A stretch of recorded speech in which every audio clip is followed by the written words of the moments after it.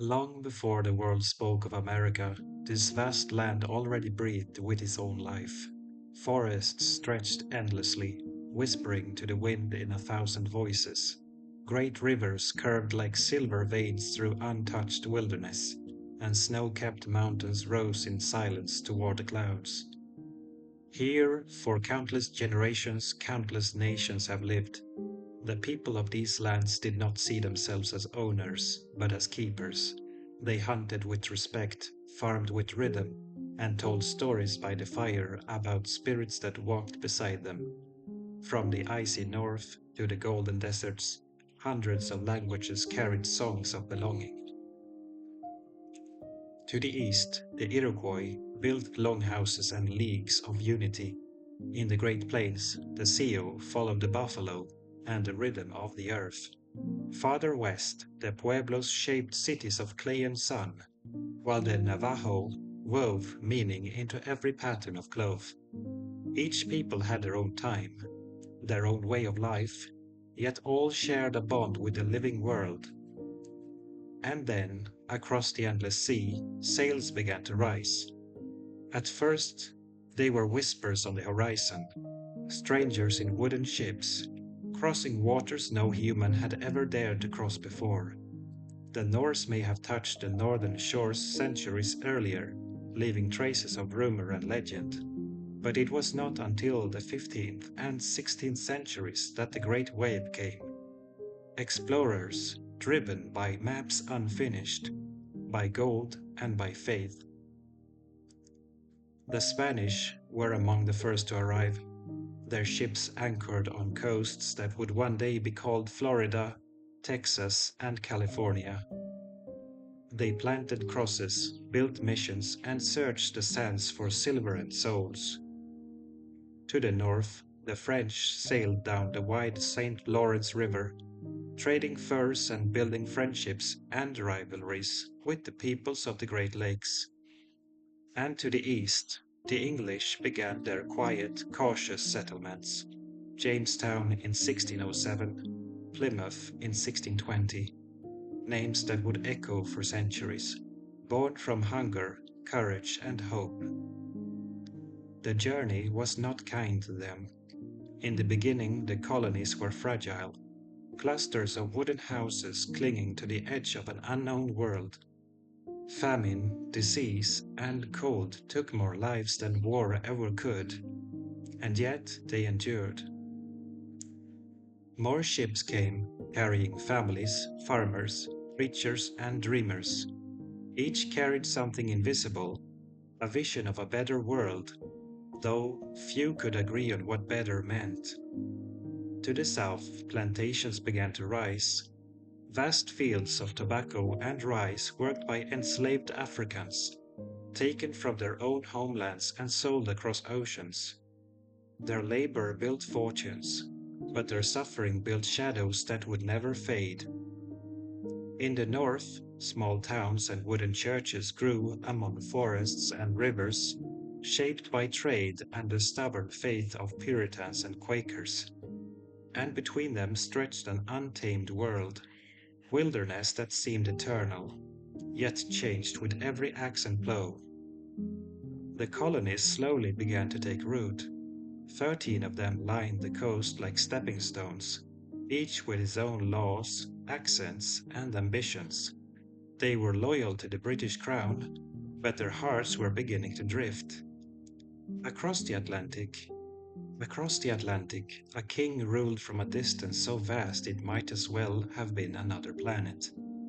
His taxes were heavy, his understanding light, and the colonists, children of England, now grown into something else, began to murmur among themselves.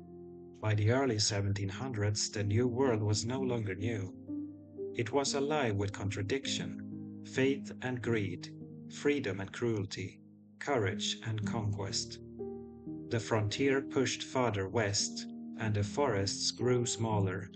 The indigenous peoples watched their lands shrink and their nations fracture, yet their spirit endured. They became traders, guides, warriors, and sometimes allies, navigating between worlds as best they could. History would remember them in fragments, but their presence never vanished.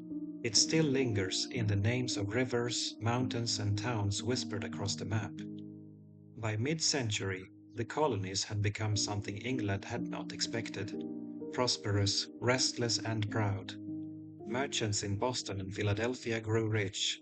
Planters in Virginia built mansions from the profits of human bondage, and the children of these settlers, born on this soil, not across the sea, began to feel less English and more something new.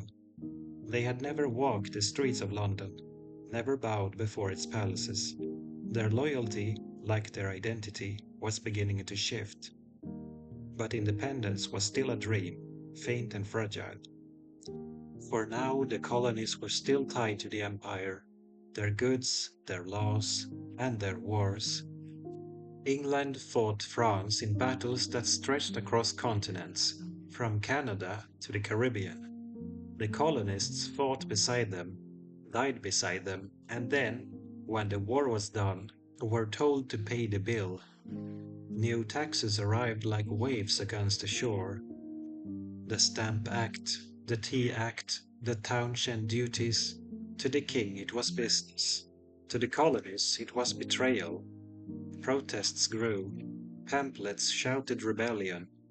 And in a harbor called Boston, one night, they threw the king's tea into the dark water.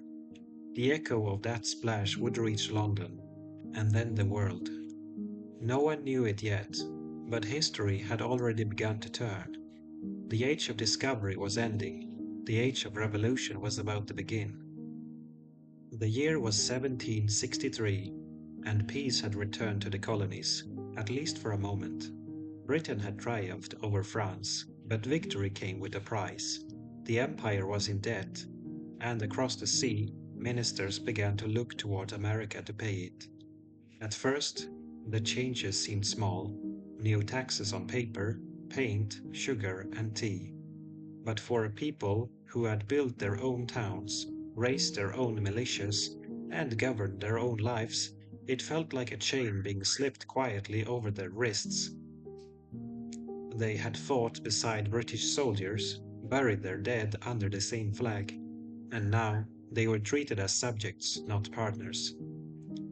Across taverns and meeting halls, voices began to rise. Pamphlets appeared like sparks. No taxation without representation. Ordinary farmers and shopkeepers began to speak the language of philosophers. Freedom, that word whispered across centuries, took on a new, electric meaning. In Boston, the tension thickened. British soldiers filled the streets, red coats glinting beneath grey skies. Crowds gathered, tempers burned. Snowballs became stones. Then, on a cold March evening in 1770, gunfire shattered the night. 5 colonists lay dead. The Boston Massacre, they called it, and the blood that stained the cobblestones would never wash away from memory. Yet rebellion still moved slowly. For many, loyalty ran deep. The king's image still hung in taverns and churches. But the seed was planted, and 5 years later, in 1775, it broke through the soil. The spark came again in Boston.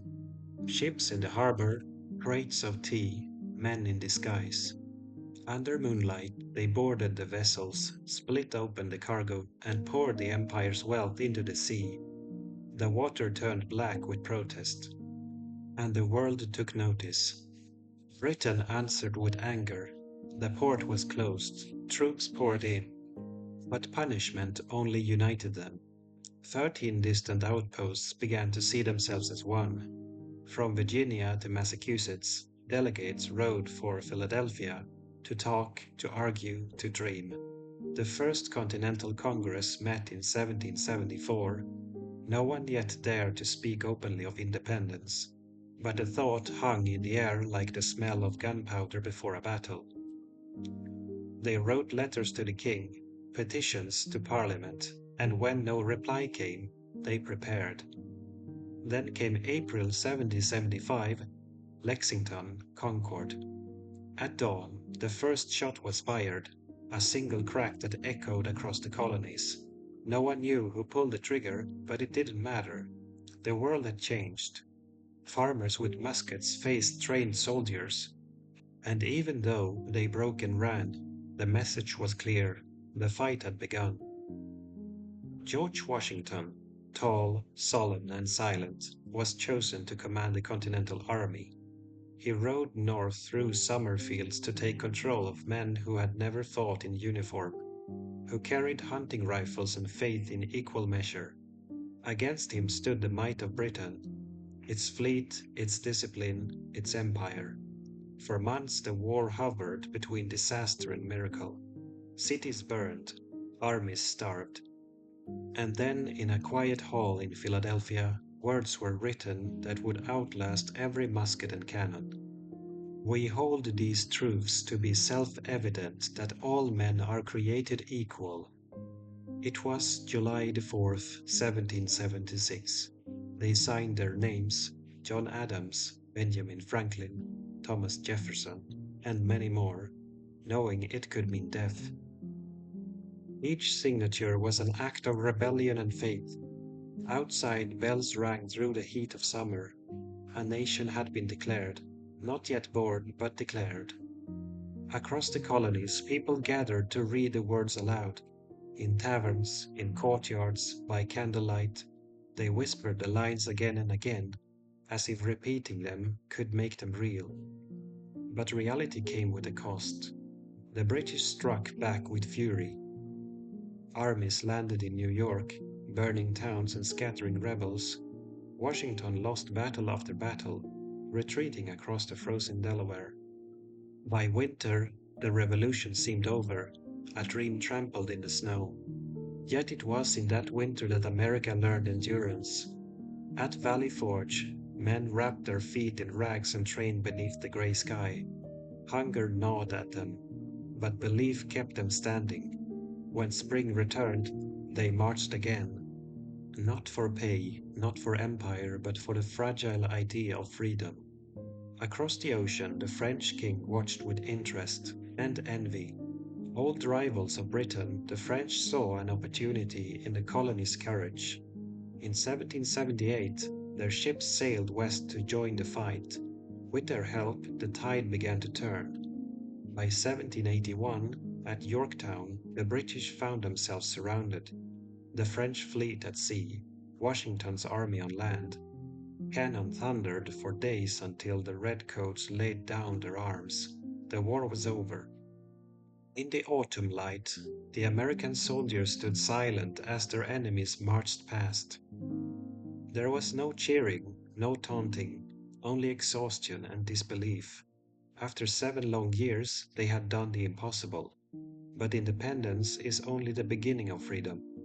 The old world had fallen away. The new world stood uncertain on trembling legs.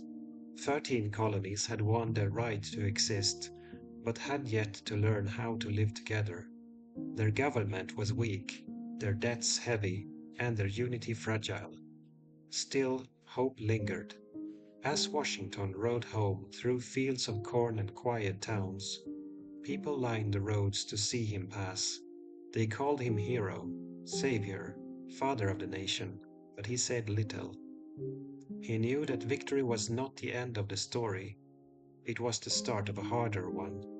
And so, as the sun set over the United States, the people looked westward, toward a frontier stretching beyond imagination, and a future waiting to be written. The war was over. The gun had fallen silent, and the world looked toward a new experiment, a nation born not of kings or conquerors, but of words. In the soft light of 1783, the Treaty of Paris was signed. Britain recognized the United States of America, and across the ocean, bells rang for peace. On parchment, lines were drawn to mark the new borders.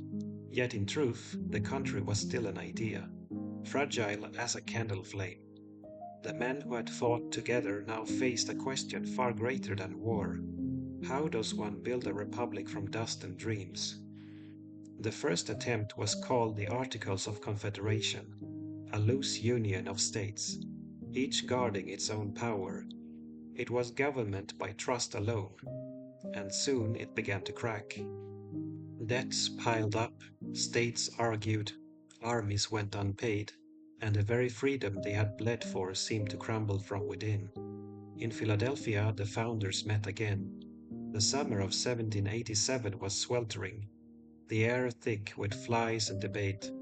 Behind closed doors, 55 men argued over the shape of the future. Some feared too much power, others feared too little. And slowly, through compromise and exhaustion, they built a system that balanced both, a constitution.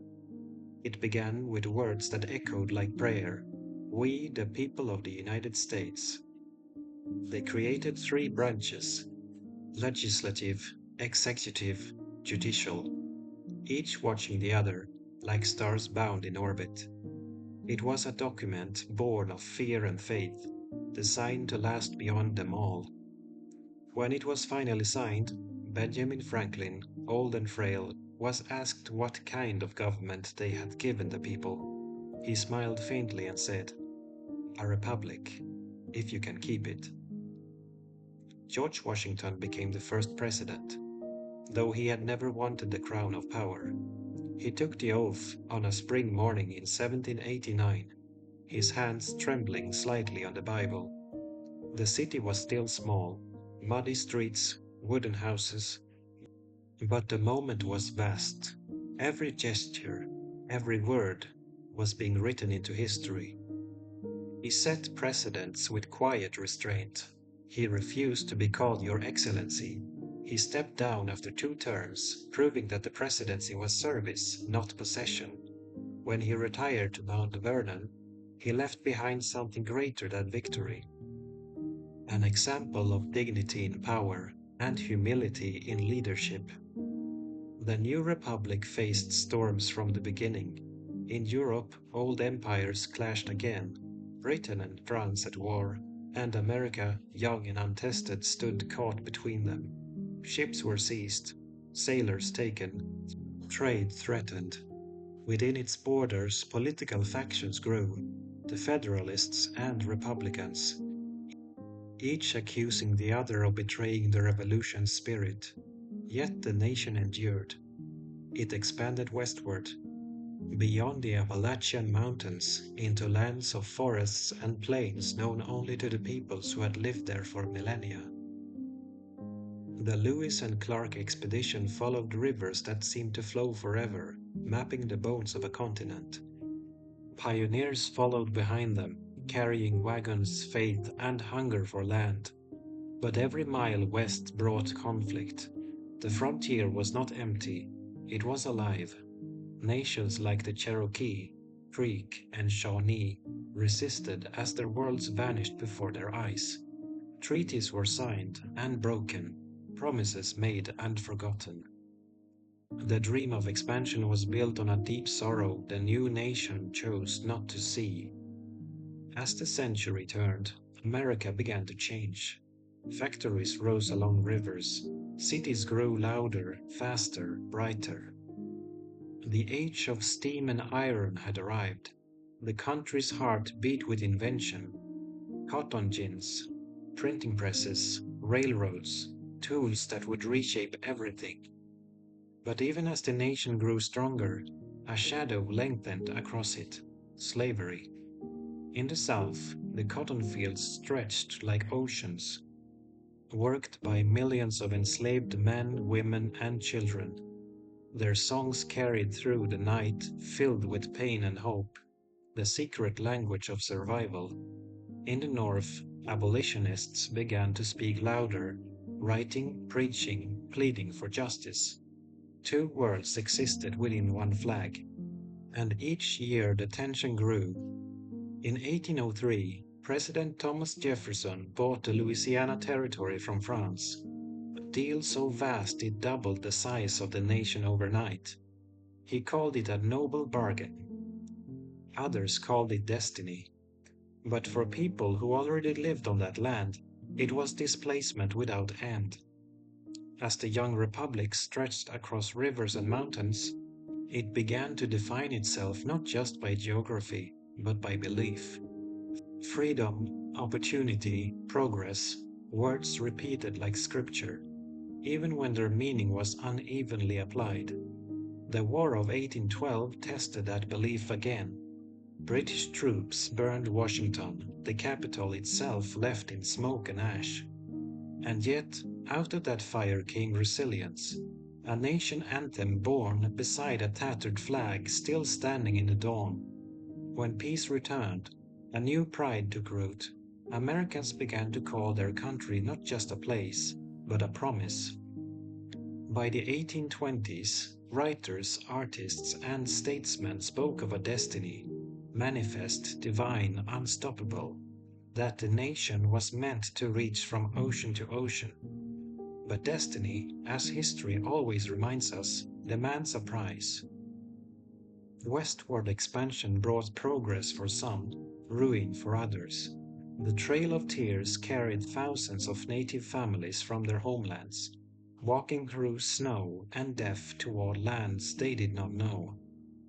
The same Congress that spoke of liberty also approved their removal.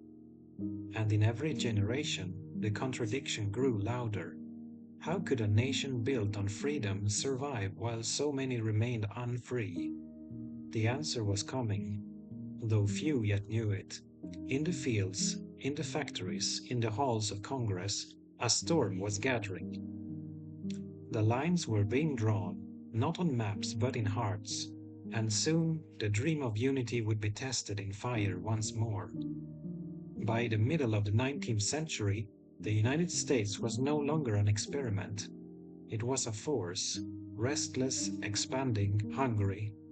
From the Atlantic to the Mississippi, towns rose where forests once stood. Railroads carved across plains, steamships crowded rivers that had once known only silence and wind. The air was thick with ambition, inventions and fortunes multiplied. Cities glowed with gaslight. Newspapers spread ideas faster than ever before. It was an age of movement, of dreamers, settlers, and wanderers, all chasing something they could not name. To many, this growth felt like destiny fulfilled.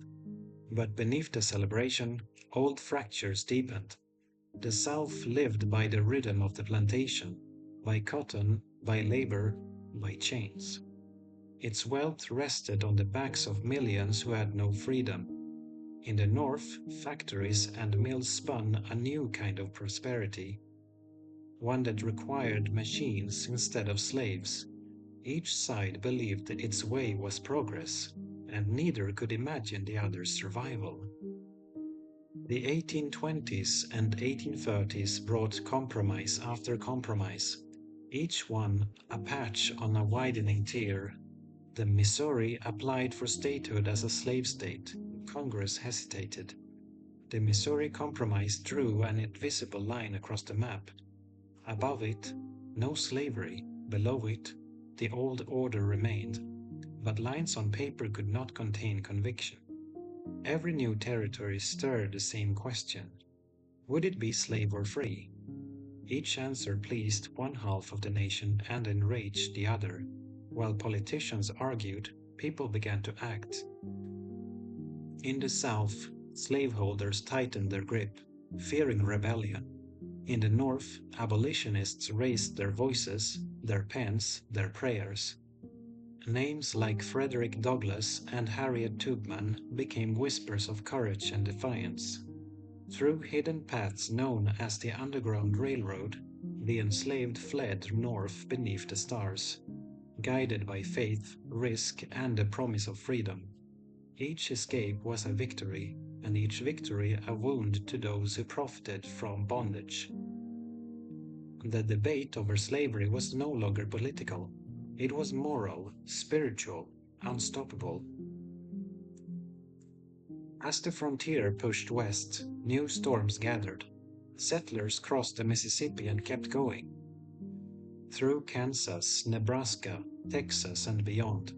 The land seemed endless, but conflict followed them everywhere.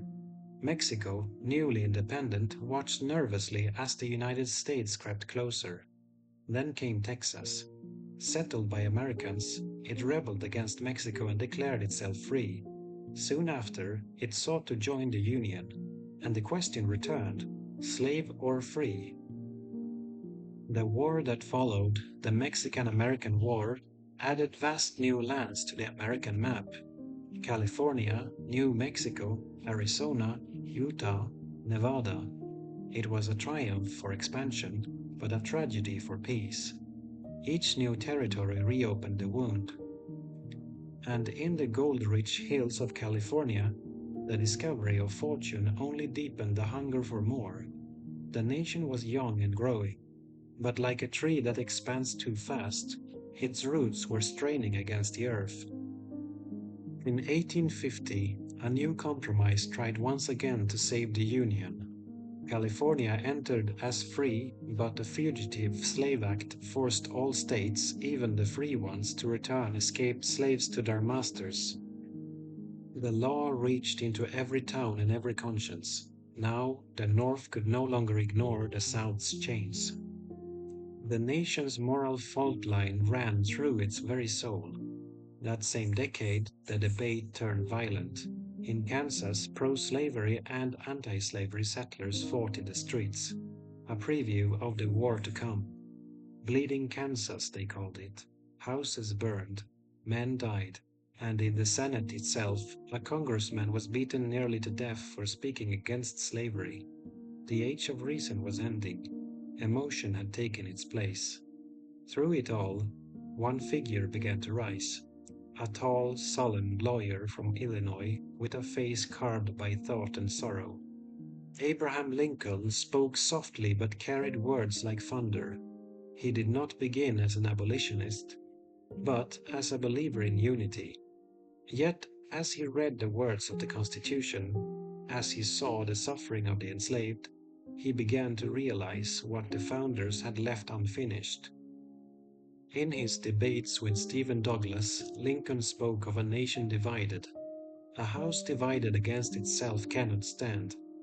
The words echoed across the land, calm, deliberate, undeniable. He did not threaten war, he warned of it. By 1860, the country stood at the edge of an abyss. Each side feared the other's victory more than its own defeat. When Lincoln was elected president, the South saw not a man but a verdict. Within weeks, states began to secede. One by one, like stars falling from the flag. They formed a new nation, the Confederate States of America, built on the belief that freedom could exist beside slavery. And in the cold of April 1861, the first shots were fired at Fort Sumter. The cannon thundered across Charleston Harbor. Smoke rose above the water, and just like that, peace was gone. Families were torn apart, friends became enemies. The North called it a rebellion, the South called it defense. Each side claimed God and destiny, and the fields that had once grown cotton and corn would soon be fields of graves. The Union, as Washington had once feared, was breaking. But the story of America, that strange and stubborn story of freedom, was not finished. From the ashes of the old dream, a new one would rise, tested in blood and remembered for generations. Brother faced brother, and the promise of the new world trembled.